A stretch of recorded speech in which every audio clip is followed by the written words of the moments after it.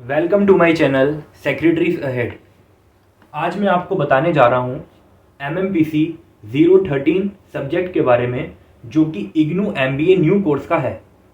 अब फ्रेंड्स, जैसा कि हमको पता है कि एक MBA student master of business administration के अंदर है, तो मास्टर ऑफ बिजनेस एडमिनिस्ट्रेशन अगर कोई है तो उसको ये जानना बहुत इंपॉर्टेंट है कि एक बिजनेस चाहे वो कंपनी हो या फिर कोई पार्टनर की ऑर्गेनाइजेशन हो, पार्टनरशिप फर्म हो, या फिर कोई अनदर ऑर्गेनाइजेशन हो, ठीक है, या फिर कोई नॉन प्रॉफिट ऑर्गेनाइजेशन ही क्यों ना हो, हर चीज के ऊपर लॉज एप्लीकेबल होते हैं। हर बिजनेस के ऊपर लॉज एप्लीकेबल होते हैं, और वो लॉज कौन कौन से होते हैं वो सब हम पढ़ेंगे इस सब्जेक्ट के अंदर। ये सब्जेक्ट बहुत इंपॉर्टेंट रोल प्ले करता है हमारी डे टू डे लाइफ के अंदर और एम्प्लॉयमेंट लाइफ के अंदर। क्यों? क्योंकि अगर आप MBA कोर्स के अंदर हो तो आपका बहुत बड़ा रोल प्ले होता है। क्यों? क्योंकि आपको पता होना चाहिए आपने मास्टर्स किया हुआ है बिजनेस एडमिनिस्ट्रेशन के अंदर। अब ये कोई इंपॉर्टेंट नहीं है कि कोई इग्नू का स्टूडेंट है या फिर कोई अच्छी यूनिवर्सिटी का है।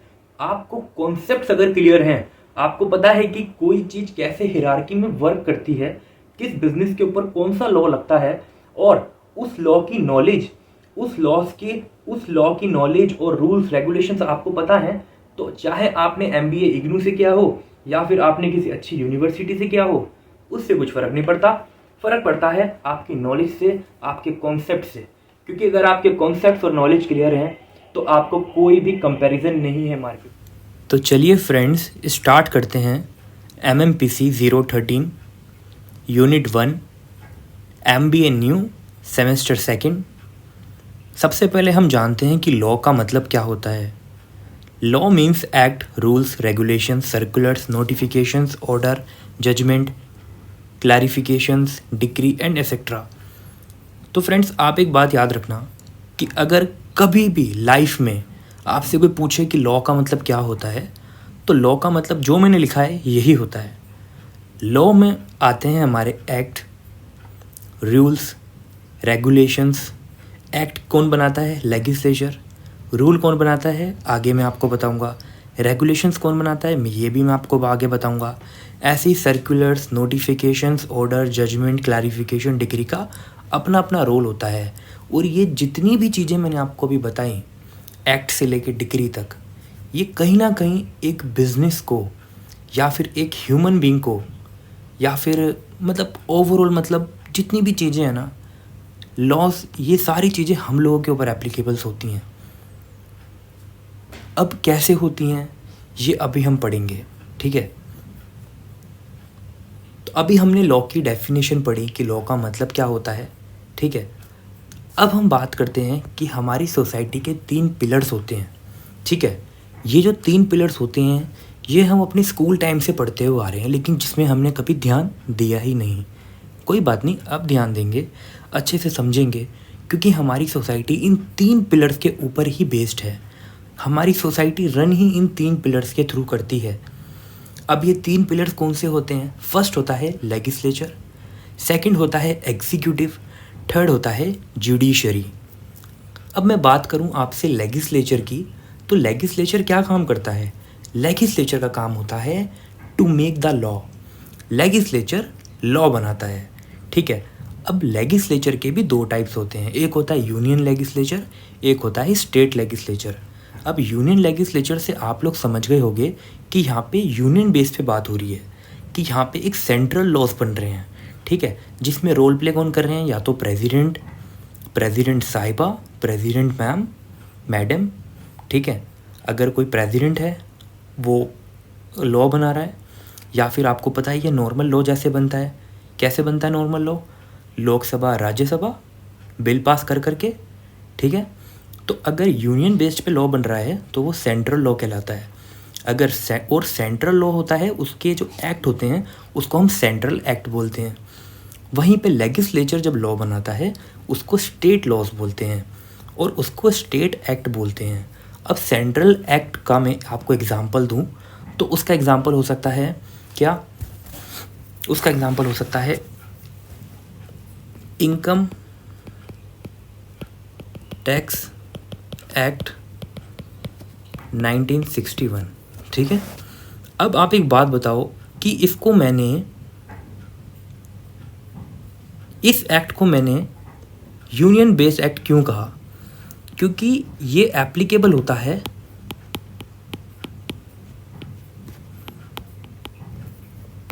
होल इंडिया, ठीक है, इसलिए मैंने इसको बोला कौन सा एक्ट? Central act. अब वहीं मैं बात करूं स्टेट लेजिस्लेचर की, तो ये एक स्पेसिफिक स्टेट पे एप्लीकेबल होता है। जैसे फॉर एग्जांपल दिल्ली, तो दिल्ली के ऊपर ही कोई एक्ट है वो दिल्ली पे ही लगेगा, वो महाराष्ट्र पे नहीं लगेगा, वो पंजाब में नहीं लगेगा, वो उत्तराखंड में नहीं लगेगा, वो कहाँ लगेगा? वो लगेगा सिर्फ और सिर्फ दिल्ली पे, ठीक है। तो हमने ये बात करी स्टेट एक्ट की। अब हम बात करते हैं एग्जीक्यूटिव लेवल की। एग्जीक्यूटिव लेवल का काम होता है जब लेजिस्लेचर लॉ बनाता है तो उस लॉ को इम्प्लीमेंट करना, उसको एनफोर्स करना, ये वर्क होता है एग्जीक्यूटिव का। और जुडिशरी का क्या वर्क होता है? जुडिशरी जो है वो रूल ऑफ लॉ और सुप्रीमेसी ऑफ लॉ को प्रोटेक्ट करती है, ठीक है, लॉ का इंटरप्रिटेट करती है, ठीक है। अब कोई जब लॉ का इम्प्लीमेंटेशन होता है ना एग्जीक्यूटिव लेवल के थ्रू, तो डिस्प्यूट्स होते हैं, ठीक है। अब डिस्प्यूट्स कैसे होते हैं? For example Indian penal code legislature के थ्रू बना, ठीक है, वो ऑलरेडी बना हुआ है, मैं एक एग्जांपल ले रहा हूँ, अभी बना, और पता चला एक मिस्टर एक्स है, ठीक है। कौन है मिस्टर एक्स? मिस्टर एक्स ने मिस्टर वाई को मर्डर कर दिया। क्या कर दिया? मर्डर। जब इसने इसका मर्डर किया ना, तो मर्डर करने के बाद मिस्टर वाई तो मर गया। तो मिस्टर वाई जब मर गया तो अब बताओ ये केस कहाँ जाएगा? भैया इसका इम्प्लीमेंट तो हो रहा है ना, ठीक है। इम्प्लीमेंट कैसे होगा इसका? भाई पुलिस आएगी, उस लॉ के थ्रू जो उसमें लिखा है उसके थ्रू उसको पकड़ा जाएगा, पकड़ने के बाद मजिस्ट्रेट के पास भेजा जाएगा 24 आवर्स के अंदर, फिर उसका रिमांड होगा, फिर बहुत सारी चीज़ें, बेल पिटीशन, ये वो फलाना ढिकाना, ठीक है। उसके बाद अब देखो बात आती है जुडिशरी की। जुडिशरी फिर उसको इंटरप्रिटेट करेगा लॉ को, क्या सही है क्या गलत है, देखेंगे डिस्प्यूट पे, ठीक है। डिस्ट्रिक्ट कोर्ट, हाई कोर्ट, फिर तुम्हारा सुप्रीम कोर्ट, ऐसे कर करके जुडिशरी लेवल वर्क करता है, ठीक है। अब मैं बात करता हूँ आपसे लॉ की। जैसा हमने ऊपर डेफिनेशन पढ़ी थी लॉ की, उसके हिसाब से मैं आपको अच्छे से बताऊँगा कि एक्ट क्या होता है, रूल्स कौन बनाता है, रेगुलेशंस कौन बनाता है, और ऑर्डर और सर्कुलर्स कौन बनाता है, ठीक है। सुनो आप मेरी बात। अब लेजिस्लेचर जो होता है ना वो एक्ट बनाता है, ठीक है। गवर्नमेंट जो होती है ना, गवर्नमेंट एग्जीक्यूटिव लेवल पे आती है, गवर्नमेंट एंड रेगुलेटर। अभी मैंने आपको 3 पिलर ऑफ सोसाइटी बताया। 3 पिलर्स ऑफ सोसाइटी में जो लेजिस्लेचर है ये लेजिस्लेचर में ही आएगा, ये एक्ट बनाता है। यहीं पे जो गवर्नमेंट है और जो रेगुलेटर हैं ये दोनों एग्जीक्यूटिव लेवल पे आते हैं, ठीक है। जुडिशरी लेवल की मैं बात ही नहीं कर रहा अभी। तो गवर्नमेंट और रेगुलेटर, गवर्नमेंट जो है वो रूल बनाती है और रेगुलेटर जो हैं वो रेगुलेशंस बनाते हैं। अगर ये बात आपको पहले से पता थी तो अच्छी बात है, नहीं पता थी तो इस वीडियो को अभी लाइक करना, ठीक है। अब बात करते हैं ऑर्डर्स एंड सर्कुलर्स कौन बनाता है। तो ऑर्डर्स एंड सर्कुलर्स बनाता है डिपार्टमेंट, ठीक है, मिनिस्ट्रीज़ के।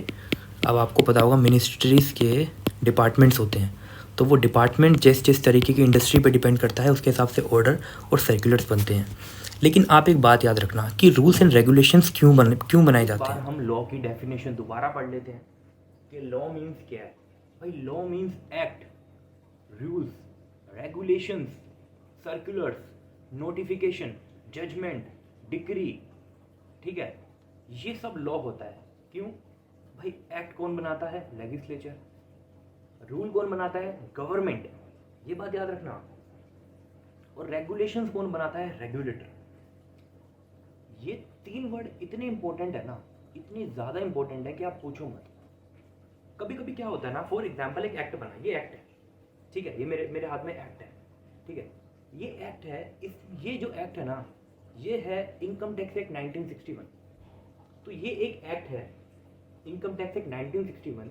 मैं लेजिस्लेचर हूँ, एग्जाम्पल ले रहा हूँ। मैंने ये एक्ट बनाया अच्छे से कि चलो भाई इसमें ये चीज़ है। अब इंसान तो इंसान होता है, ह्यूमन बीइंग जो होता है वो गलतियों का पुतला होता है।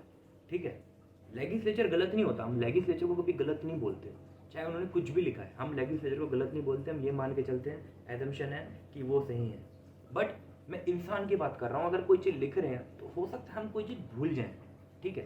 तो अगर हम कोई चीज़ भूल गए हैं तो उसके लिए बनते हैं रूल्स रेगुलेशंस। रूल्स बनाते हैं गवर्नमेंट और रेगुलेशंस बनाता है रेगुलेटर। फॉर एग्जांपल मैं आपको लेता हूँ सेबी का, कैपिटल मार्केट का।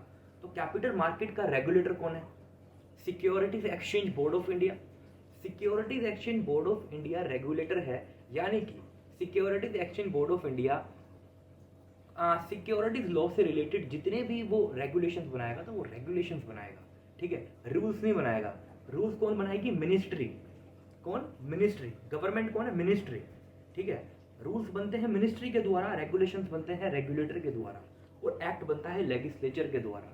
सो आई होप आपको समझ आया होगा इसके अपने, ठीक है। लेकिन एक्ट जब बनाया जा रहा था ना लेजिस्लेचर के थ्रू, कुछ ऐसी चीज़ें थीं जो भूल गए, कुछ ऐसी चीज़ें थीं जिनको लिखना ज़रूरी था, क्योंकि आपको पता है फ्यूचर इज़ अनसर्टेन। तो फ्यूचर में तो कुछ भी हो सकता है और उसके हिसाब से हमको एक्ट में अमेंडमेंट्स करने होते हैं। तो बार बार अमेंडमेंट्स कौन करेगा, क्या क्या होगा? आप जो अमेंडमेंट्स होते हैं इसका मतलब होता है चेंज लेके आना।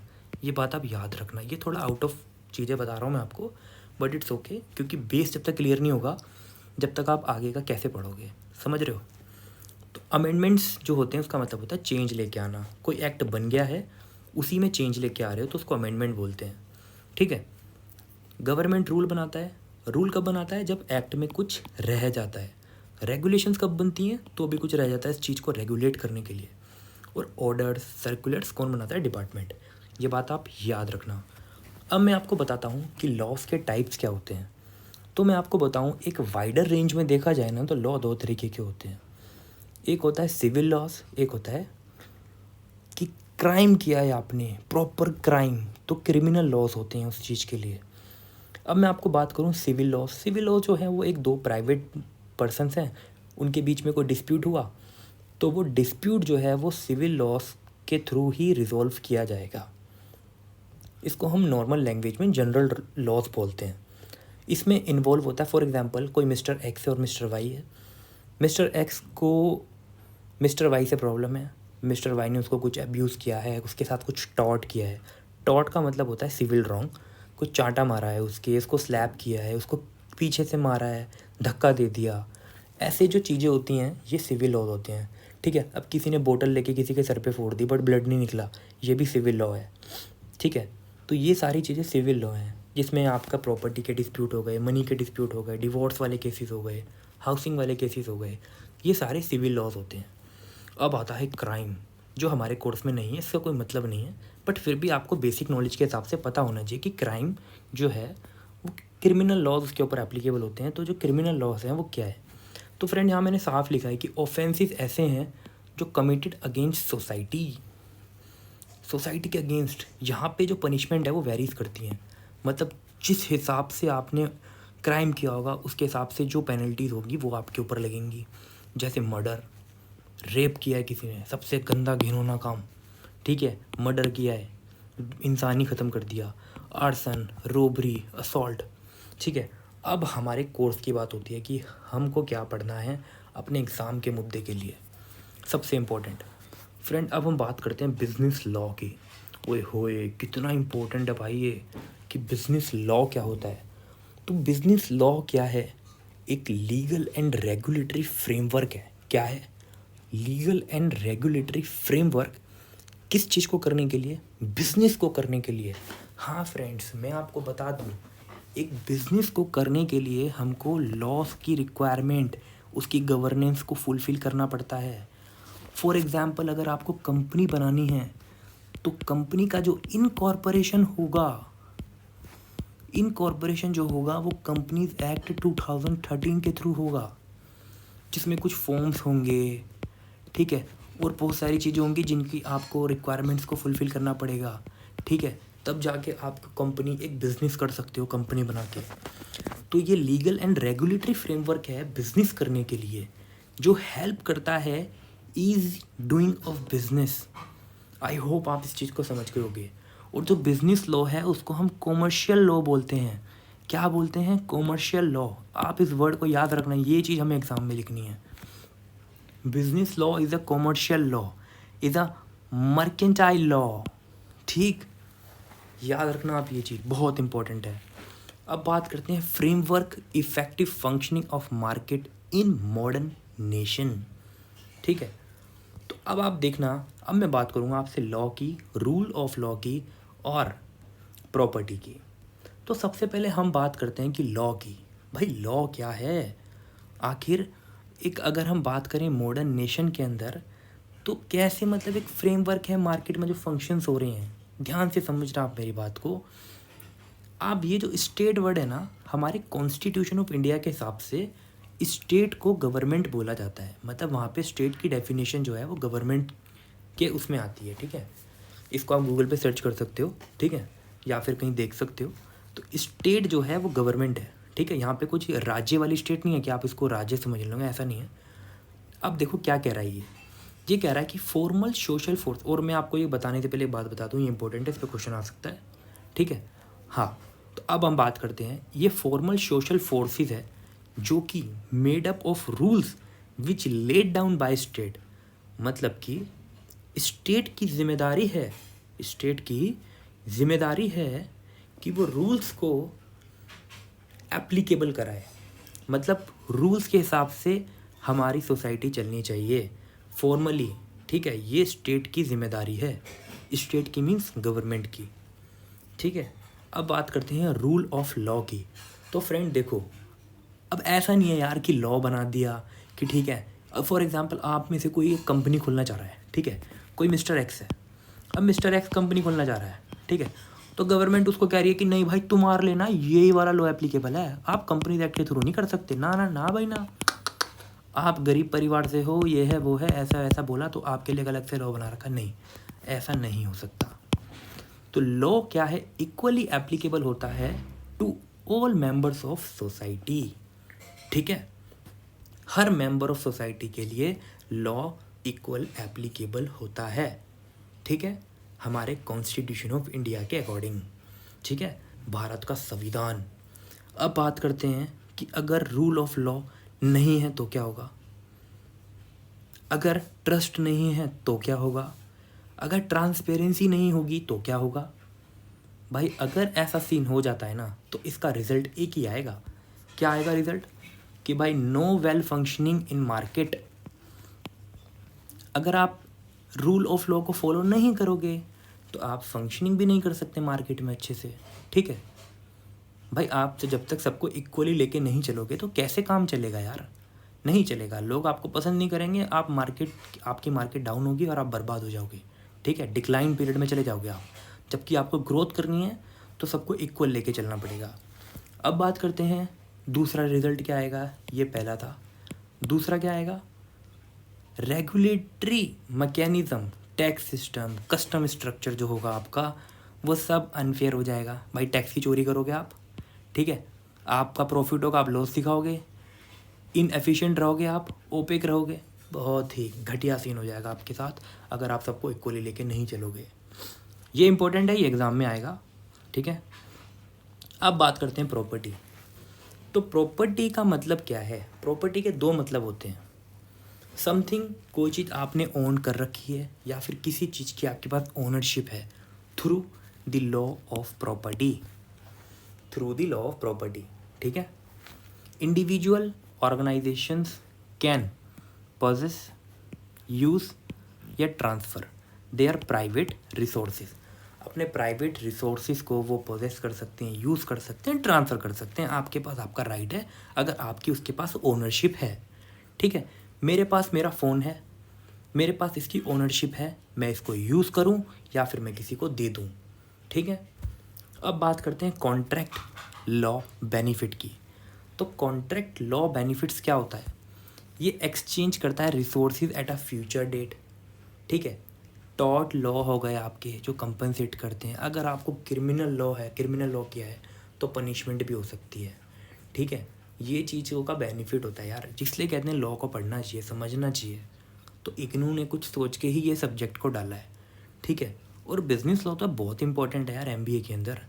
ठीक है। अगर आपको लॉस की नॉलेज ही नहीं होगी तो क्या करोगे यार, ठीक है। आप में से कुछ लोग ऐसे होंगे जो एम्प्लॉयज़ हैं, ठीक है, या कुछ अपना बिजनेस कर रहे हैं, कोई बात नहीं, पढ़ो इसको, बहुत अच्छी चीज़ है ये, ठीक है। अब बात करते हैं व्हील ऑफ प्रॉपर्टी की।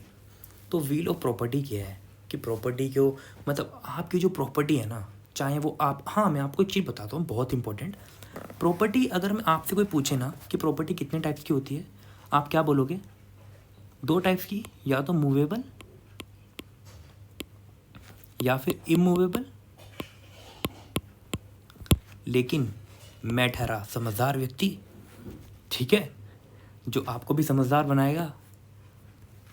मेरी नज़रों में प्रॉपर्टी 3 तरीके की होती है, मूवेबल तो होती है, इमूवेबल भी होती है, और जो तीसरी प्रॉपर्टी है ना, मैं मानता हूँ कि एक MBA स्टूडेंट होने के नाते आप लोगों को ये तो पता होना चाहिए कि जो तीसरी प्रॉपर्टी है वो सबसे बड़ा रोल प्ले करती है आज की डेट में, किसको हम बोलते हैं?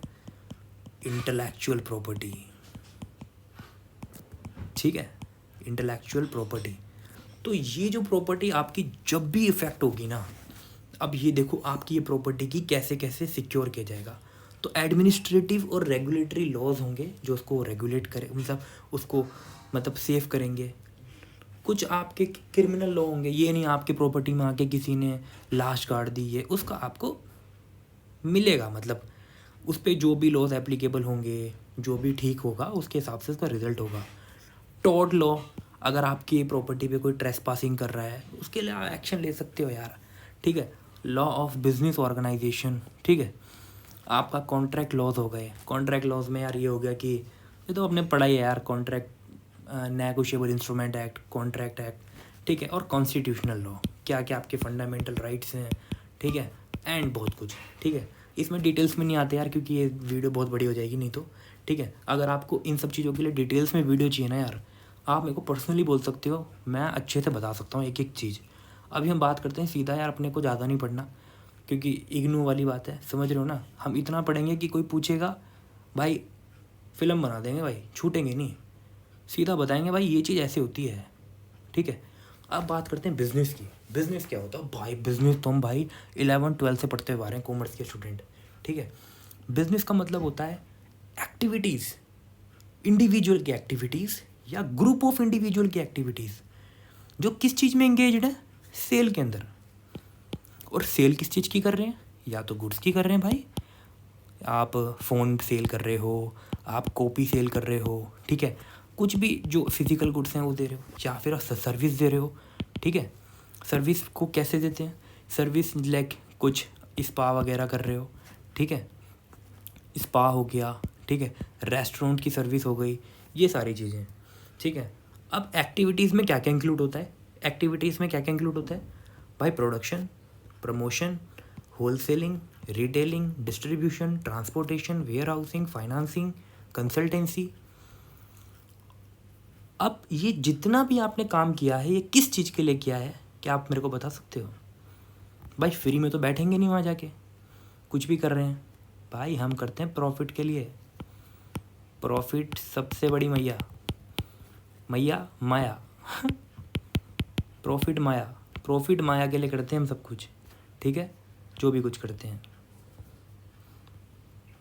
अब हम बात करते हैं benefits of business in society. अगर एक बिजनेस है, ठीक है, और उसका क्या क्या बेनिफिट होता है एक सोसाइटी के अंदर, तो सबसे पहले अगर सोसाइटी में बिजनेस हो रहा है तो ऑफ कोर्स ही बात है सोसाइटी वालों को क्या मिलेगा? गुड्स एंड सर्विसेज मिलेंगी, ठीक है, उनको जॉब मिलेगी क्योंकि अगर आपका बिजनेस स्प्रेड होगा तो आप जॉब अपॉर्चुनिटी दोगे, ठीक है। उनको एक बेटर क्वालिटी ऑफ लाइफ मिलेगी, ठीक है। उनको जो हमारी इकोनॉमिक ग्रोथ है उसमें कंट्रीब्यूशन होगा, हमारी जीडीपी बढ़ेगी, ठीक है, समझ रहे हो। अब बात करते हैं बिजनेस लॉ की दोबारा से कि बिजनेस लॉ की और अच्छे से डेफिनेशन कैसे होती है। तो बिजनेस लॉ है एक बॉडी ऑफ लीगल रूल्स, ठीक है, क्या है? बॉडी ऑफ लीगल रूल्स जो रेगुलेट करता है किस चीज़ को? बिजनेस की एक्टिविटीज़ को, क्या करना है, कैसे करना है, कितना रजिस्ट्रेशन कराना है, ठीक है। फॉर एग्जांपल आपको रेस्टोरेंट ओपन करनी है तो भैया आपको अपने बोर्ड पे जीएसटी नंबर लगाना है, ठीक है, जीएसटी एक्ट के थ्रू, या फिर आपको अपने बोर्ड के सामने अपना पैन नंबर लिखना है, ठीक है। आपका जो ये फॉर्मेट होगा उसके अंदर क्लोजिंग स्टॉक, ओपनिंग स्टॉक की जितनी भी इन्वेंट्रीज आप रखोगे वो कैसे करोगे, कैसे मेंटेन करोगे, कौन से फॉर्म नंबर में रजिस्टर्ड मेंटेन करोगे, ये सारी चीज़ें जो है ना ये बिज़नेस लॉ के अंदर हम पढ़ेंगे, ठीक है। अब देखो और क्या क्या करता है business law, ethical and orderly conduct of business affairs, ठीक है। अब कैसे, मैं समझाता हूँ आपको, टेंशन मत लो। एथिकल कैसे, फॉर एग्जांपल बिजनेस है, हमने कंपनी ओपन की तो कंपनीज एक्ट 2013 के हिसाब से भाई मुझे कंपनी में एनुअल जनरल मीटिंग कब करनी है, एनुअल जनरल मीटिंग में कौन कौन लोग आएंगे, किस किस को नोटिस सेंड करना है, कितने टाइम पीरियड पहले करना है, बोर्ड ऑफ डायरेक्टर की क्या ड्यूटीज़ हैं, क्या रिस्पॉन्सिबिलिटीज़ हैं, ये सारी चीज़ें जो हैं ना फ्रेंड्स, ये सारी चीज़ें जो हैं ये एथिकल और ऑर्डरली चल रही हैं। इसलिए हम बोलते हैं डिस्प्यूट का सेटलमेंट कैसे होगा, अगर एग्रीमेंट बना रहे हैं हम लोग, ठीक है, MOU साइन कर लिया, सब कुछ हो गया, ठीक है, नॉर्मल कॉन्ट्रैक्ट्स हो रहा है डीलर्स के साथ, ठीक है, तो उस बीच में अगर डिस्प्यूट हो गया तो हम आर्बिट्रेशन के पास जाएंगे या फिर मेडिएटर के पास जाएंगे, ठीक है। अब वहीं हम बात करते हैं इनेबल अवॉइड मिसअंडरस्टैंडिंग। अब मिसअंडरस्टैंडिंग को कैसे अवॉइड करेंगे भाई, उसके लिए रूल्स बनेंगे, रेगुलेशंस बनेंगी, समझ रहे हो। तो बिजनेस लॉ जो है ना एक बहुत वाइडर टर्म है यार, ठीक है, जिसको एक 3 लाइन में ख़त्म नहीं किया जा सकता। इसके लिए हमको आगे और सारी क्लासेस अटेंड करनी पड़ेंगी जो आपको मैं दूंगा, ठीक है। अब हम बात करते हैं बिजनेस एनवायरनमेंट की। बिजनेस एनवायरनमेंट क्या है, बिजनेस एनवायरनमेंट है forces shape conduct of business, ठीक है। मतलब बिजनेस एनवायरनमेंट का मतलब होता है एक ऐसी फोर्सेस, फैक्टर्स जो आपके बिजनेस को ना मतलब इफ़ेक्ट कर रहे हैं। मतलब फॉर एग्जांपल आप कंपनी खोल के बैठे हो, ठीक है, या आप पार्टनरशिप फर्म खोल के बैठे हो, लेकिन कुछ ऐसे फैक्टर्स हैं जो आपको या कुछ अपॉर्चुनिटी भी दे सकते हैं या फिर आपको अपॉर्चुनिटी नहीं दे सकते। कंपनी है तो हो सकता है पार्टनरशिप पे लिया है, पार्टनरशिप है तो हो सकता है अच्छा बिजनेस आपको कंपनी बना दे, या कंपनी है तो लिस्टेड कंपनी बना दे। तो फ्रेंड ये जो फैक्टर्स हैं ना बहुत बड़ा रोल प्ले करते हैं, और फैक्टर्स आपको पता है इंटरनल भी हो सकते हैं और एक्सटर्नल भी होते हैं, ठीक है। इंटरनल जो होते हैं वो कंट्रोल में होते हैं, जिनको हम कंट्रोल कर सकते हैं, और एक्सटर्नल जो होते हैं वो बियॉन्ड कंट्रोल होते हैं, जो हमारे कंट्रोल में नहीं होते। अब बात करते हैं बिजनेस एनवायरनमेंट की कैरेक्टरिस्टिक्स की। तो बिजनेस एनवायरनमेंट के जो कैरेक्टरिस्टिक्स होते हैं ना वो डायनामिक है। भाई डायनामिक है, कभी भी चेंज होता है, ऐसे ऐसे रहता है, कॉम्प्लेक्स रहता है, अनसर्टेन है, कुछ भी हो सकता है यार, मल्टीफेस्ड है, ठीक है, और फार रीचिंग इम्पैक्ट है इसका, और रिलेटिव है, ठीक है। ये सब आप याद करो, ठीक है। अब बात करते हैं significance importance of business law की। भाई बिजनेस लॉ की क्या इंपॉर्टेंस है, इंपॉर्टेंट क्वेश्चन है ये एग्ज़ाम में आ सकता है, ठीक है। कैसे भाई, फैसिलिटेट करता है क्या कि रेगुलेटिंग ऑफ कॉमर्शियल एक्टिविटीज़, जो आपकी कॉमर्शियल एक्टिविटीज़ हैं उसको कैसे रेगुलेट करना है, ये प्रोवाइड करता है सेटलमेंट ऑफ डिस्प्यूट, जो हमने अभी पढ़ा था ऊपर। ये क्रिएशन करता है नेशनल वेल्थ, ठीक है, NDP, GDP, ठीक। ये प्रोवाइड करता है आपको रूल्स, कोड ऑफ कंडक्ट। ये आपको प्रोवाइड करता है environment for responsible peace and business, ठीक है। सेफ गार्ड करता है राइट्स एम्प्लॉयज़ के, ठीक है, सोशल रिस्पॉन्सिबिलिटीज़ को देखता है, पेनल्टीज़, पनिशमेंट कब लगानी है, कैसे लगानी है, किस फ्रॉड पे लगानी है, कितनी पेनल्टी लगानी है, कंपनी के ऊपर पेनल्टी लगानी है, कंपनी को जो चला रहे हैं बोर्ड ऑफ डायरेक्टर उनके ऊपर पेनल्टी है, ठीक है। अब बात करते हैं ऑब्जेक्टिव की, ये भी बहुत इंपॉर्टेंट क्वेश्चन है, इसको भी आपको पढ़ना पड़ेगा। Comprehensive set of standard establishment universally. तो फ्रेंड देखो, जनरल रूल, ये जो GR है ना ये जनरल रूल है। जनरल रूल का मतलब होता है कि बिजनेस लॉ जो है वो एप्लीकेबल होता है सारी ऑल एंटिटीज़ के ऊपर, ठीक है, और ये मेंटेन करता है smooth relationship between business and its stakeholders. इसमें इंक्लूड होते हैं कंज्यूमर्स और सप्लायर्स, ठीक है। एक एक्सेप्शन है इसका पर, ठीक है। एक्सेप्शन का मतलब क्या होता है कि जनरल रूल तो सिंपल बात बोलता है, एक्सेप्शन कहता है कि भाई देखो ऐसा भी हो सकता है, ठीक है। अभी तक आपने बोला कि सारी बिजनेस एक्टिविटीज़ के ऊपर एप्लीकेबल होगा, लेकिन इसने क्या बोला, कुछ डिफरेंट लॉज ऐसे हो सकते हैं जो डिफरेंट काइंड ऑफ बिजनेस के ऊपर एप्लीकेबल हो सकते हैं।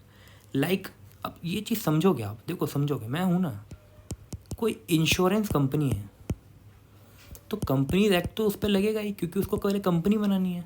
फिर उस पर इंश्योरेंस लॉ भी लगे। आपकी एक बात बताओ, अगर बैंकिंग कंपनी है तो बैंकिंग कंपनी के ऊपर क्या इंश्योरेंस लॉ लग जाएगा? नहीं ना, उसके ऊपर बैंकिंग एक्ट लगेगा।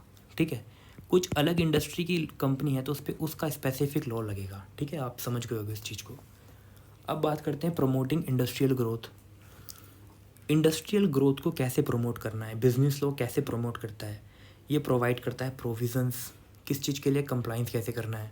ठीक है, प्रोटेक्ट करता है प्रमोट द राइट्स। ठीक है, plus capital formation, promote industrial relation, licence facility, ease of doing business, और प्रमोट करता है इकोनॉमिक ग्रोथ को। ठीक है, अब बात करते हैं laying down the procedure for establishment of business. इसमें क्या होता है, ये फ्रेमवर्क है। बिजनेस लॉ क्या है? फ्रेमवर्क है फॉर कमेंसमेंट ऑफ बिजनेस। जैसा कि मैंने अभी आपको ऊपर बताया था कि एक कंपनी को इनकॉर्पोरेट करने के लिए कौन सा एक्ट लगता है, कंपनीज एक्ट 2013। तो ये यही कहना चाह रहा है कि जो इस्टेब्लिशमेंट है किसी बिज़नेस का, उसके लिए जो फ्रेमवर्क है वो बिज़नेस लॉ देता है। ठीक है, अब बात करते हैं एनफोर्समेंट ऑफ राइट्स की। तो जितने भी राइट्स ऑफ ऑल पार्टीज़ होती है ना, उसके अंदर इन्वॉल्व होती हैं बिजनेस ट्रांजेक्शन्स। ठीक है, अब बिज़नेस के पास ये राइट होता है कि वो क्लेम कर सकता है। यार ये नहीं है, जैसा कि हम पढ़ते हैं कंपनीज़ की सेपरेट लीगल एंटिटी होती है, तो कंपनीज़ की जो सेपरेट लीगल एंटिटी होती है वो क्लेम कर सकती है।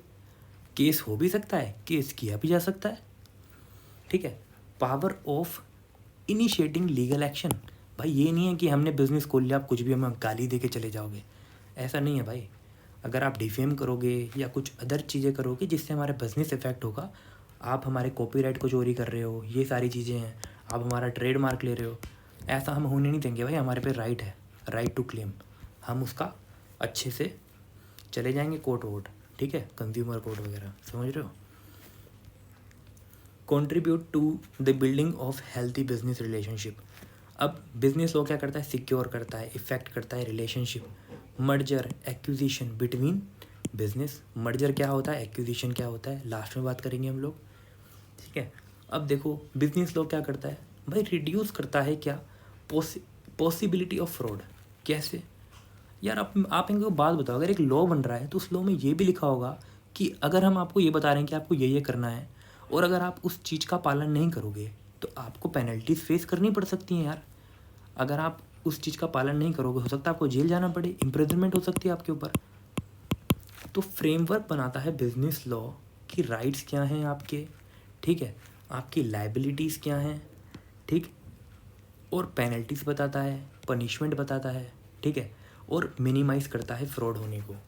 ठीक है, अब देखो बिजनेस लॉ हेल्प करता है इक्विलिब्रियम को मेंटेन करने में, यूनिफॉर्मिटी। ठीक है, maintain equality by each entity. ठीक है, difference form of business organisation are regulated by difference law. हम पहले पढ़ चुके हैं ये चीज़। ठीक है, मतलब यूनिफॉर्मिटी रखनी है और इक्वालिटी मेंटेन करनी है, ये बहुत ज़्यादा ज़रूरी होती है। ठीक है, एथिकल कंडक्ट। अब एथिकल कंडक्ट क्या है, तो लेटर एंड स्पिरिट। अब एथिकल कंडक्ट में क्या होता है, कंपनीज एक्ट 2013 में बोला है, एक मतलब ये एग्जाम्पल टाइप के समझ लो आप। ठीक है, एग्जाम्पल ये एग्जाम्पल है बट रियल है। ठीक है, कि 1/3 of board, for example board में 5 लोग हैं, बोर्ड ऑफ डायरेक्टर हैं 5 लोग, इनका 1/3, ठीक है, जो भी आता है वो इंडिपेंडेंट डायरेक्टर होना चाहिए। कौन होना चाहिए? Independent director. अब हमको ये पता चल गया कि इंडिपेंडेंट डायरेक्टर होना चाहिए, लेकिन वो जो इंडिपेंडेंट डायरेक्टर होगा, ऐसा कंपनी एक्ट कहता है कि वो स्टॉक ऑप्शन नहीं ले पाएगा। ठीक है, stock option means employees stock option plan. ठीक है, तो अब मैं बात करूं आपसे, इंडिपेंडेंट डायरेक्टर जो है वो सिर्फ और सिर्फ फी रेम्यूनरेशन लेगा, इसके ऊपर से कुछ नहीं कि ऊपर से हवाबाजी कर रहा है कि भाई मुझे इतना पैसा दे, इतना पैसा दे, नहीं। और रेस्ट्रिक्ट होती है रिलेटेड पार्टी ट्रांजैक्शन, मतलब ये नहीं है कि आपस में रिलेटेड पार्टी ट्रांजैक्शन कर रहे हो। माइनॉरिटी के शेयर होल्डर को भी बचाना पड़ता है, उसके लिए भी प्रोटेक्शन दी जाती है कि जो स्मॉल शेयर होल्डर्स होते हैं वो अपना डायरेक्टर अपॉइंट कर सकते हैं, क्योंकि एनुअल जनरल मीटिंग के अंदर डायरेक्टर अपॉइंट होता है, तो वहाँ पे माइनॉरिटी का जो राइट्स होता है वो कहीं ना कहीं इफेक्ट होता है। ठीक है, लेकिन कंपनीज एक्ट इस चीज़ को प्रोटेक्ट करता है और वहाँ पे माइनॉरिटी शेयर होल्डर्स को बेनिफिट देता है। ठीक है, अब एक बिज़नेस की सोशल रिस्पॉन्सिबिलिटी होती है, क्योंकि बिज़नेस कहीं ना कहीं सोसाइटी के रिसोर्सेज को ही यूज़ करता है, तो वापस भी तो कुछ देना है। अच्छा एम्प्लॉयमेंट दो, डिस्क्रिमिनेशन मत करो यार एम्प्लॉयमेंट के बीच में, और जो रिसोर्सेज हैं उनका अच्छे से सस्टेनेबल डेवलप मतलब यूटिलाइजेशन करो, प्रिवेंट करो एनवायरमेंटल डैमेज को। नेक्स्ट है हमारा laying down law in accordance with evolving standards. तो हम सबको पता है कि बिजनेस एनवायरनमेंट जो है वो डायनामिक इन नेचर होता है, ठीक है। तो बिजनेस लॉ प्रोवाइड करता है यूनिफॉर्मिटी और अनफोर्सिंग सिचुएशन को। अब नेक्स्ट है हमारा penalties for violation of law. ओए होए भाई बहुत इंपॉर्टेंट है ये। कंपनीज एक्ट के अंदर सबसे बड़ा सीरियस फ्रॉड के लिए जो सेक्शन है वो 447 है। अब ये क्या कहता है, कैसे कहता है, आप गूगल पे चेक कर सकते हो, नहीं तो मेरे से कमेंट सेशन में उसमें पूछ सकते हो, ठीक है। अब चैप्टर 6 जो है कंपटीशन एक्ट 2002 का, ये भी फ्रॉड से रिलेटेड है, पेनल्टी से रिलेटेड। और जो चैप्टर 7 है इंसॉल्वेंसी एंड बैंक्रप्सी कोड 2016 का, ये भी पेनल्टी से रिलेट करता है, ठीक है। ये सारे फ्रॉड्स के पेनल्टीज़ वाले मतलब प्रोविजंस हैं, ठीक है, जिसको आप अच्छे से देख सकते हो। वैसे इसमें ना अपने इसमें ज़्यादा कुछ जानने की नीड नहीं है, बट हाँ आपको ओवरव्यू थोड़ा बहुत पता होना चाहिए। मैंने आपसे स्टार्टिंग में कहा था पता होना चाहिए, ठीक है, ताकि आप कभी भी इस चीज़ को ना मतलब ये नहीं बोलो कि यार हमें पता नहीं है, भाई हमें सब पता है यार, पढ़ा है हमने। नेक्स्ट है इंश्योरेंस अगेंस्ट रिस्क। अब बिजनेस में इन्वॉल्व होते हैं रिस्क, किस किस टाइप के, operation risk, movement of goods risk, financial risk.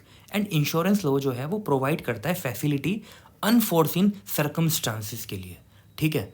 ये चीज़ तो आपको अच्छे से समझ आ गई, क्योंकि इंश्योरेंस से रिलेटेड है, हम सबको पता है, क्योंकि इंश्योरेंस आज की डेट में हर किसी के घर घर में है, चाहे वो बाइक इंश्योरेंस हो, कार इंश्योरेंस हो, एक ह्यूमन बॉडी का अपना पर्सनल इंश्योरेंस हो।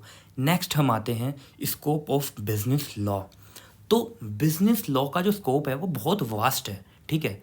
अगर मैं कंपनीज के अकॉर्डिंग बात करूं तो कंपनीज एक्ट 2013 है, सिक्योरिटीज़ लॉ है, ठीक है। मैंने आपको बताया था सिक्योरिटीज़ लॉ के अंदर सेबी के रेगुलेशंस होते हैं, फेमा है, foreign exchange management act, income tax act 1961, goods and services tax, and other formations के अंदर भी आते हैं, पार्टनरशिप एक्ट, ठीक है, बहुत सारे एक्ट्स होते हैं।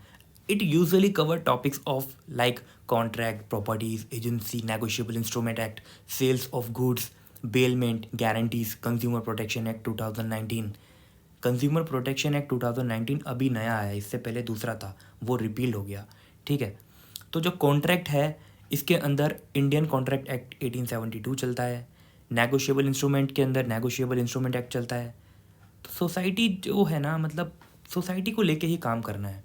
अब जो नेक्स्ट है ओए होए बहुत इम्पोर्टेंट, सबसे इम्पोर्टेंट, मैं क्या बताऊं आपको, बता नहीं सकता ये कितना इम्पोर्टेंट है, कॉरपोरेट रीस्ट्रक्चरिंग। कॉरपोरेट रीस्ट्रक्चरिंग क्या होता है, ये कॉन्सेप्ट है बिजनेस डेवलपमेंट का। ये प्रोसेस है जहाँ पे शेयर होल्डर की वैल्यू को बढ़ाया जाता है। ये वो चेंज लाता है कंपनी के अंदर जिससे कैपिटल स्ट्रक्चर ही चेंज होता है। कॉरपोरेट का एक्शन है ये, taken to significantly modify company का स्ट्रक्चर एंड उसके ऑपरेशन। अब रीस्ट्रक्चरिंग को हिंदी की लैंग्वेज में बात करें तो ये है कि एक ऐसी चीज़ करनी जिससे ना कंपनी का रीस्ट्रक्चर ही हो जाए, मतलब बदल दो उसकी, ठीक है। मतलब जैसे कि फॉर एग्जांपल अगर आज कोई कंपनी एक काम कर रही है तो वो किसी दूसरी कंपनी के साथ मिलके कोई दूसरा काम कर रही है, लेकिन इसके कुछ ना मैं आपको वेज बताता हूँ किस किस टाइप के रीस्ट्रक्चरिंग्स होती हैं। पहला होता है मर्जर एंड अमलगमेशन। मर्जर का मतलब क्या होता है, मर्जर का मतलब होता है absorption of one company by another. मतलब एक कंपनी ने दूसरी कंपनी का एब्जॉर्प्शन कर लिया, ठीक है, मतलब कि एक कंपनी दूसरी कंपनी में मर्ज हो गई। कैसे, ये अरेंजमेंट है जहाँ पे एसेट्स ऑफ दो या दो से ज़्यादा कंपनी के ट्रांसफर्ड होते हैं two or come under the control of one company which may or may not be one of original two companies, ठीक है। आप इसको ध्यान से देख सकते हैं और रीड कर सकते हैं। अब मैं बात करता हूँ इसकी दूसरी डेफिनेशन की, ठीक है, कि दूसरी डेफिनेशन कैसे वर्क करती है। Absorption of one company by another company wherein one out of two existing company loses its legal status। जिसमें से कोई एक का लीगल स्टेटस खत्म हो जाएगा, यानी कि वो वाइंड अप हो जाएगी after transfer all its assets और liabilities and other properties to other company. इसका एग्जाम्पल लेता हूँ मैं आपको अच्छे से। फॉर एग्जाम्पल, ठीक है, दो कंपनीज हैं। अब ये दो कंपनीज कौन कौन सी हैं? दीपक इंफ्रास्ट्रक्चर लिमिटेड, सेकंड है सोनू प्रो मार्केटिंग लिमिटेड। अब दीपक इंफ्रास्ट्रक्चर लिमिटेड ने डिसाइड किया कि एब्जॉर्प्शन होगा सोनू प्रो मार्केटिंग लिमिटेड का, ठीक है, आफ्टर ऑल कंप्लाइंस, सारे कंप्लाइंस को करके। तो सोनू की जो कंपनी है वो दीपक की कंपनी में मर्ज हुई है, यानी कि सोनू की जो कंपनी है उसका क्या हो रहा है, वाइंड अप हो रहा है, ख़त्म हो रही है। इसके सारे एसेट्स लायबिलिटी कहाँ ट्रांसफ़र किए जा रहे हैं? दीपक इंफ्रास्ट्रक्चर लिमिटेड के अंदर। इसका एक सबसे अच्छा जो एग्जाम्पल है ना, वो है तुम्हारा, पहले आप ये एग्जाम्पल देखो, दीपक इंफ्रास्ट्रक्चर कंपनी, यहाँ पे सोनू कंपनी एंड हो गई, ठीक है। इसका वाइस वर्सा भी हो सकता है कि हो सकता है सोनू की कंपनी में दीपक की कंपनी मर्ज हो जाए, ऐसा भी हो सकता है। इसका रियल एग्जाम्पल जो है ना वो है इलाहाबाद बैंक का। इलाहाबाद बैंक मर्ज हो गई है इंडियन बैंक के अंदर, ठीक है। तो इलाहाबाद बैंक जो है वो ख़त्म, उसका वाइंड अप हो गया। तो अब क्या बचा? इंडियन बैंक, यानी कि इलाहाबाद के सारे जितने भी एसेट्स वैसेट्स होंगे, लाइबिलिटी, वो कहाँ चले गए? इंडियन बैंक के पास। अब बात करते हैं अमलगमेशन की। अमलगमेशन क्या होता है? अमलगमेशन एक लीगल प्रोसेस है जिसके थ्रू दो या दो से ज़्यादा कंपनी ज्वाइन होती हैं टुगेदर और एक नई एंटिटी बना देती हैं, या फिर एक कंपनी या उससे ज़्यादा company are to be observed and blend with another. इसका कॉन्सिक्वेंस होता है कि अमलगमेटिंग कंपनी जो है वो अपने सारे एग्जिस्टेंसी को लूज़ कर देती है, ठीक है। और इसके जो शेयर होल्डर्स होते हैं वो अमलगमेटेड कंपनी के शेयर होल्डर्स बन जाते हैं, उस कंपनी के शेयर होल्डर्स बन जाते हैं। एग्जाम्पल, ए और बी कंपनी है, ठीक है, इन्होंने मिलके एक सी कंपनी बनाई, ठीक है। तो जो ए और बी है दोनों ने मिलके न्यू एंटिटी बनाई है, सी कंपनी, बट ए और बी जो है वो वाउंड अप हो जाएंगे, ठीक है, ख़त्म, उनकी एंटिटी ख़त्म, उन्होंने नई कंपनी बना दी दोनों ने मिलके, ऐसा भी हो सकता है। अब इसी में मर्जर का केस जो है, जो हमने ऊपर पढ़ा था, उसको हम ऐसे बोल सकते हैं कि ए और बी कंपनी है जिसमें से बी ख़त्म हो गई और ए जो है बी वाली कंपनी ए के अंदर मर्ज हो गई, तो बी का टेक ओवर हुआ है, तो बी जो है वो वाउंड अप हो जाएगा। और अगला हो सकता है acquisition, consolidation, tender offer, buyback. Acquisition मतलब कि आपने किसी दूसरी कंपनी, आपकी कंपनी ने दूसरी कंपनी के शेयर्स को एक्वायर कर लिया, कुछ सम स्पेसिफिक, मतलब कुछ शेयर्स उसके ले लिए, ठीक है, टेक ओवर कर लिया, लाइक दिस।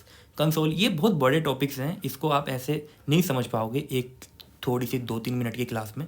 बायबैक शेयर क्या है? बायबैक का सेक्शन 68 ऑफ कंपनीज एक्ट 2013 है, ठीक है। बायबैक का मतलब क्या होता है? आपने सिक्योरिटीज़ इशू की, सिक्योरिटीज़ इशू करने के बाद आप वापस अपनी सिक्योरिटीज़ को परचेज कर रहे हो शेयर होल्डर से, उसे बायबैक बोलते हैं। अब बात करते हैं कि कॉर्पोरेट रीस्ट्रक्चरिंग का ऑब्जेक्टिव्स क्या होते हैं, क्यों करते हैं कॉर्पोरेट रीस्ट्रक्चरिंग?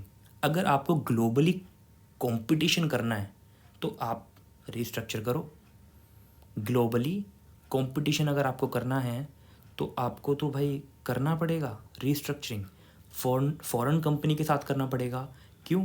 क्योंकि अगर वहाँ की कोई कंपनी आपके अंदर मर्ज होना चाह रही, कितनी बड़ी बात है, आप अपना मार्केट शेयर को इंक्रीज़ करोगे, रिस्क को रिड्यूस करोगे और अपनी शेयर होल्डर्स की वैल्यू को इंक्रीज़ करेंगे, टैक्स बेनिफिट मिलेगा, ठीक है। जो कंपनी मर्ज होने जा रही है, उसको लॉस हो रहा है और वो प्रॉफिट मेकिंग कंपनी में जा रही है, तो कहीं ना कहीं उसी को फ़ायदा। अब बात करते हैं सोर्स ऑफ बिजनेस लॉ। अब हम बात करते हैं कि बिजनेस लॉ का सोर्सेस क्या होते हैं।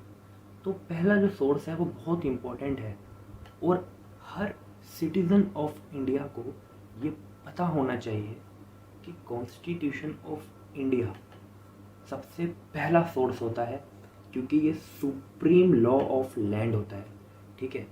मतलब जितने भी लॉ बनते हैं ना, वो सारे लॉ पहले कॉन्स्टिट्यूशन ऑफ इंडिया को देखते हैं कि हम जो चीज़ उसमें लिख रहे हैं कहीं वो कॉन्स्टिट्यूशन ऑफ इंडिया का वॉयलेशन तो नहीं हो रहा। अगर वहाँ पे कॉन्ट्रावेंशन हो गया तो वो पूरा लॉ इनवैलिड माना जाएगा, ठीक है। पहला लॉ होता है, पहला जो सोर्स होता है वो होता है कॉन्स्टिट्यूशन ऑफ इंडिया, भारत का संविधान। तो चलिए अब हम पढ़ते हैं कॉन्स्टिट्यूशन ऑफ इंडिया। जैसा कि मैंने बताया, ये क्या है? Supreme law of land. जितने भी लॉ हैं उन सबका फाउंडेशन कहाँ है? इंडियन कॉन्स्टिट्यूशन के अंदर। इंडियन कॉन्स्टिट्यूशन फोर्स में कब आया? 26 जनवरी 1950 को। 26 जनवरी 1950। ये क्या है? ये एक कॉम्प्रिहेंसिव डॉक्यूमेंट है। क्या है? Comprehensive document. इसमें टोटल आर्टिकल होते हैं 448, पार्ट होते हैं 22 एंड शेड्यूल होते हैं 12। पार्ट 3 जो है कॉन्स्टिट्यूशन ऑफ इंडिया का, वो बताता है 6 बहुत बड़ी इसमें फंडामेंटल राइट्स की कैटेगरी होती है कि भाई कौन कौन सी कैटेगरी है। Right of freedom, speech and expression and others. इसकी बातें अभी नहीं, बाद में कभी। पार्ट 4 बताता है directive principle of state policy. और जो बेसिक चीज़ है, मतलब बेसिकली जो मतलब कॉन्स्टिट्यूशन ऑफ इंडिया है वो बेसिकली फेडरल है, बट सर्टेन केसेस के अंदर वो यूनाइटरी फीचर को भी रखता है। फेडरल क्या है, यूनाइटरी फीचर क्या है, ये मैं आपको अभी नहीं बताऊंगा। जो आने वाले चैप्टर्स आएंगे उसमें मैं आपको 100% बताऊंगा और अच्छे से डिटेल में बताऊंगा। अब हम बात करते हैं किस चीज़ के बारे में कि कॉन्स्टिट्यूशन ऑफ इंडिया को यहाँ पे क्यों लेके आए गए। भाई सबसे बड़ा सोर्स यही है, ठीक है। अब आर्टिकल 38 के बारे में बात करते हैं, क्या कहता है। आर्टिकल 38 के अंदर बोला है कि स्टेट जो गवर्नमेंट है to secure social order for promotion of welfare of people. जो मैंने आपको बताया ना directive principle of state policy, ये पॉलिसी बोलती है कि मतलब आपको ना प्रमोशन करनी है स्टेट को, ठीक है, और वेलफेयर करना है लोगों का। तो आर्टिकल 38 में वही बात बोली है कि स्टेट की जिम्मेदारी है सोशल ऑर्डर मेंटेन करो, प्रमोट करो वेलफेयर ऑफ पीपल। आर्टिकल 39 बोलता है कि सर्टेन प्रिंसिपल ऑफ पॉलिसी जो है वो स्टेट के द्वारा फॉलो किए जाएंगे, सरकार की जिम्मेदारी है। आर्टिकल 19 सब आर्टिकल 1 क्लॉज जी क्या कहता है? ये गारंटी देता है हर सिटीजन को shall have right to practice, मतलब आपके पास अधिकार है कि आप कोई भी प्रोफेशन कर सकते हो, ऑक्यूपेशन कर सकते हो, ट्रेड कर सकते हो, बिजनेस कर सकते हो। लेकिन फ्रेंड्स ये इंडिया है। इंडिया में एक बार किसी चीज़ की फ्रीडम दे दी जाती है ना, तो बस हो गया काम। अगर ये किसी ने पढ़ लिया हो तो जगह कुछ भी कर सकते हैं। वाओ, कुछ भी करो भाई, चोरी करो, डकैती डालो, जो मर्जी करो। ऐसा नहीं होता यार।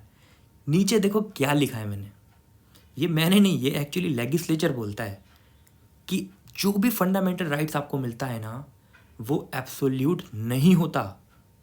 अब आपको हमने बोल दिया कि आप फ्रीली सब कुछ कर सकते हो, सारे प्रोफेशन कर सकते हो, ठीक है, आप प्रैक्टिसिंग कर सकते हो। एमबीबीएस क्या है, अगर आपने सीएस हो, अगर आप सीए हो तो आप अपनी प्रैक्टिसिंग कर सकते हो, लेकिन एब्सोल्यूट नहीं है ये।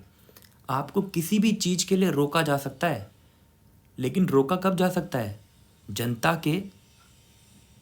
के इंटरेस्ट में सब कुछ चीज़ें रोकी जा सकती हैं, but it's not absolute. Reasonable restriction may be imposed, ठीक है। I hope done. This part deals with trade, commerce, intercourse with in a territory of India. Article 301 क्या कहता है? Subject to other provision of this part, trade कर सकते हैं, commerce, intercourse throughout the territory of India freely. But फिर वही बात, reasonable restrictions may be imposed. Article, अगर मैं आपसे बात करूं, सबसे पहले तो ये समझो ये फ्री वाली बात जो है ना, फ्रीली, वो वाला फ्री नहीं है। फ्रीली का मतलब है अच्छे से कर सकते हो बिना किसी रेस्ट्रिक्शन के, लेकिन रेस्ट्रिक्शन लग सकती हैं जनता के इंटरेस्ट में। आर्टिकल 302 पावर देता है पार्लियामेंट को कि वो इम्पोज कर सकते हैं रेस्ट्रिक्शंस, किसके इंटरेस्ट में? पब्लिक के इंटरेस्ट में। ये इतना इम्पोर्टेंट वर्ड है ना भाई, इतना इम्पोर्टेंट है कि इस वर्ड से ना पूरा हिंदुस्तान, पूरा वर्ल्ड रुक सकता है, सिर्फ इस वर्ड से। इंटरेस्ट किसका? जनता का। जनता का इंटरेस्ट अगर वॉयलेट होगा ना भाई, कुछ भी हो सकता है, सरकार कुछ भी कर सकती है। तो इस इंटरेस्ट का कभी भी वॉयलेशन नहीं होने देना, ठीक है। कोई भी लॉ बनता है इसको देख के ही बनता है, बस ये इंटरेस्ट अगर बिगड़ा तो भाई कुछ भी हो सकता है। सबसे इम्पोर्टेंट वर्ड है ये। अब हम बात करते हैं स्टैच्यूज की, तो चलिए अब हम बात करते हैं स्टैच्यूज क्या होता है।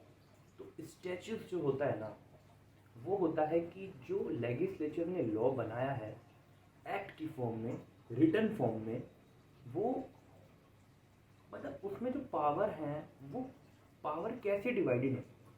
मतलब यूनियन क्या लॉ बनाएगा, स्टेट क्या लॉ बनाएगा, क्या दोनों मिलके भी बना सकते हैं? तो इसका आंसर है यस, ये तीनों कंडीशन हो सकती है। Constitution of India 3 list provide करता है, लिस्ट 1, लिस्ट 2, लिस्ट 3। लिस्ट 1 को हम यूनियन लिस्ट बोलते हैं, जिसके अंदर पार्लियामेंट और both houses of parliament law बनाते हैं, ठीक है। और वो जो भी लॉ बनाते हैं वो लिस्ट 1 के अंदर आते हैं कॉन्स्टिट्यूशन ऑफ इंडिया के।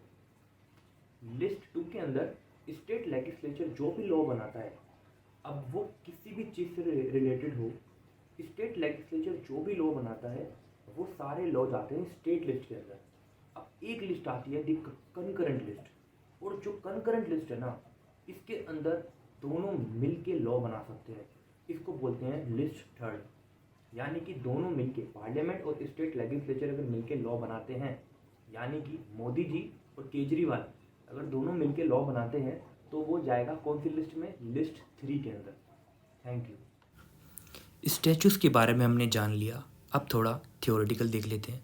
It is a act of legislature in written form, मतलब एक्ट है ये, ठीक है। इसमें 3 लिस्ट होती हैं जो हमारे कॉन्स्टिट्यूशन ऑफ इंडिया में दी है, list 1, list 2, list 3। List 1 union list, list 2 state list, list 3 the concurrent list. List 1 जो होती है, इसके अंदर लॉ जो जितने भी लॉ बनते हैं यूनियन के द्वारा, वो सारे लिस्ट 1 के अंदर स्पेसिफाई किए जाते हैं। लिस्ट 2 के अंदर स्टेट लेजिस्लेचर जो लॉ बनाता है वो लिस्ट 2 में आता है, और यूनियन एंड स्टेट लेजिस्लेचर मिलके जो लॉ बनाती है वो आता है लिस्ट 3 के अंदर, ठीक है। आई होप आपको ये क्लियर हो गया होगा। ये कंकरेंट लिस्ट और ये सारी लिस्ट बहुत इंपॉर्टेंट है। अब आते हैं act of legislation. Act of legislation को ना हमको डेलीगेट करना ही पड़ता है टू सबऑर्डिनेट अथॉरिटीज़ को, जो एग्जीक्यूटिव अथॉरिटीज़ होती हैं, नहीं तो सारा बंडल ऑफ प्रेशर जो है वो लेजिस्लेचर के पास ही है। तो क्यों बने 3 पिलर ऑफ सोसाइटी? कुछ सोचा होगा, इम्पोर्टेंस रही है, इसलिए बने हैं। तो अब हम बात करते हैं प्रेसिडेंट की, केसेस की। नेक्स्ट सोर्स ऑफ लॉ क्या होता है? President, cases. फ्रेंड्स, कभी कभी क्या होता है ना कि आज एक ऑफेंस हुआ, लेकिन सेम टू सेम ऐसा ही ऑफेंस पहले हो चुका है, और उस ऑफेंस के ऊपर जो हमारी जुडिशरी है, उस जुडिशरी ने रिजल्ट भी दे रखा है। तो जब डिसीजन, जुडिशियल डिसीजन दे रखा है एक सेम ऑफेंस के लिए, जो ऑफेंस आज हुआ है, तो क्यों जज का टाइम वेस्ट करना है, क्यों जुडिशरी का टाइम वेस्ट करना है? भाई जजमेंट उठाओ और सेम ऑफेंस में डाल दो, केस सॉल्व। हाँ, वो बात अलग है कि उसके सर्कमस्टांसेस देखे जाएंगे कि क्या सर्कमस्टांसेस मिलते थे पहले केस से और इस केस से, या फिर दोनों सेम हैं। अगर सेम हैं तो मैक्सिमम चांसेस होते हैं कि जो पहले केस हो चुका है उसका जो रिजल्ट है वो इस केस के अंदर डाल दिया जाए। अब आता है क्या सबसे इम्पोर्टेंट, कि जो कस्टम है वो क्या है। अब हमारा नेक्स्ट सोर्स ऑफ लॉ है कस्टम। कि कस्टम क्या है? भाई जो कस्टम है इसका मतलब है रीति रिवाज, मतलब कि कोई ऐसी चीज जो पिछले टाइम से चलती आ रही है। तो अगर आज कोई लॉ बन रहा है तो हम कैसे उस चीज को हटा सकते हैं? हम जब तक किसी चीज को नहीं हटाते जब तक वो किसी चीज का वायलेशन नहीं करती। बट अगर कोई चीज चलती आ रही है और लोगों के रिलीजन के अंदर वो चीज होती है जो ट्रेडिशन से चलती आ रही है, तो ये एक सोर्स बन जाता है कि हम जो भी एक्ट बना रहे हैं, लेजिस्लेचर जो एक्ट बना रहा है, वो उसके अंदर उस चीज को रखे, उसको हटाए नहीं।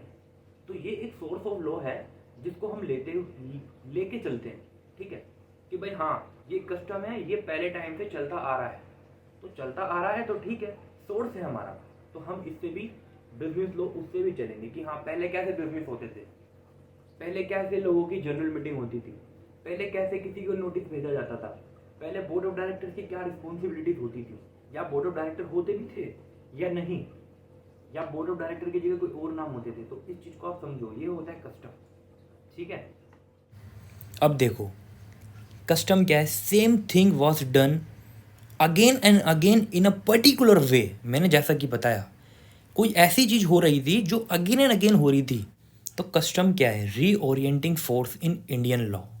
ठीक है, अब मैं बात करता हूँ आपसे कि कस्टम के दो एलिमेंट्स होते हैं, मटेरियल फैक्ट्स, दूसरा साइकोलॉजिकल।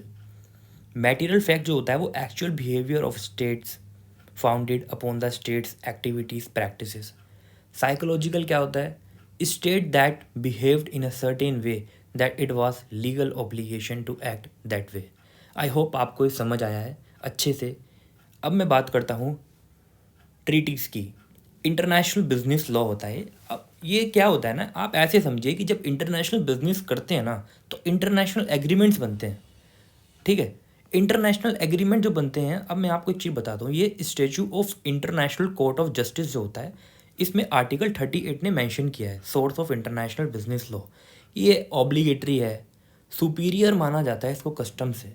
ठीक है, कस्टम से सुपीरियर मानेंगे। ये एक इंटरनेशनल एग्रीमेंट है, ये परमिट करता है कंट्री को किस चीज़ के लिए, ये भाई आप जो है ना वो अच्छे से मतलब अपने इंटरनेशनल बिजनेस अफेयर्स को कर सकते हो, मतलब कंट्री को ये परमिट करता है। ऐसा मैक्सिमम इकोनॉमिक बेनिफिट होती हैं अदर नेशंस के साथ। ये सही है, अच्छी बात है। इंटरनेशनली तो ग्लोबली तो होना चाहिए। इसके दो टाइप्स होते हैं, मल्टीलेटरल एंड बाइलेटरल। मल्टीलेटरल का मतलब होता है आपने इंटरनेशनली ऐसा एग्रीमेंट साइन किया है जो बहुत सारी कंट्रीज़ के बीच में है, और बाइलेटरल का मतलब होता है कि आपने ऐसा एग्रीमेंट साइन किया इंटरनेशनली जो सिर्फ दो कंट्रीज़ के बीच में है। अब बात करते हैं गवर्नमेंट पॉलिसीज़ की। जैसे कि मैंने आपको बताया था कि गवर्नमेंट के पास पावर है कि वो लॉ बना सकती है, और ये पावर कहाँ से मिलती है? कॉन्स्टिट्यूशन ऑफ इंडिया से। Law framed according to policies of government. Law कैसे फ्रेम होते हैं? गवर्नमेंट की पॉलिसीज से। एग्जाम्पल, इकोनॉमिक रिफॉर्म जब हुआ तो भी ऐसे हुआ था। इजी फाइनेंस कर दिया एमएसएमईज के लिए। एमएसएमई का मतलब क्या होता है? Micro small medium enterprises. Micro small medium enterprises, मेरे साथ बोलो, माइक्रो स्मॉल मीडियम एंटरप्राइजेस। ये बहुत इंपॉर्टेंट चीज़ें हैं। हम लोग एमबीए कर रहे हैं और इस चीज़ में पता होना चाहिए एक एक चीज़ क्या है, कैसे होता है। इग्नू है तो क्या हुआ? अरे पढ़ेंगे, ऐसा पढ़ेंगे, बड़ी बड़ी यूनिवर्सिटी के स्टूडेंट बोलेंगे भाई कहाँ से क्या पढ़ के आए हो। Micro small medium enterprises. Second है IBC, insolvency and bankruptcy code 2016। Insolvency and bankruptcy code 2016। Thank you so much for watching this video. और वीडियोस देखनी है, ठीक है, और दूसरे सब्जेक्ट की, तो आप मेरे चैनल को सब्सक्राइब कर सकते हो। वीडियो से कुछ सीखने के लिए मिला है या आपको लगता है कि आपके लिए ये यूज़फुल है, तो इस वीडियो को आप अभी लाइक कीजिए। एंड आगे और वीडियोस देखने के लिए तो आप मेरे चैनल को सब्सक्राइब कर सकते हो और बेल आइकन का बटन भी ज़रूर दबा देना। And thank you so much. मिलते हैं नेक्स्ट वीडियो में।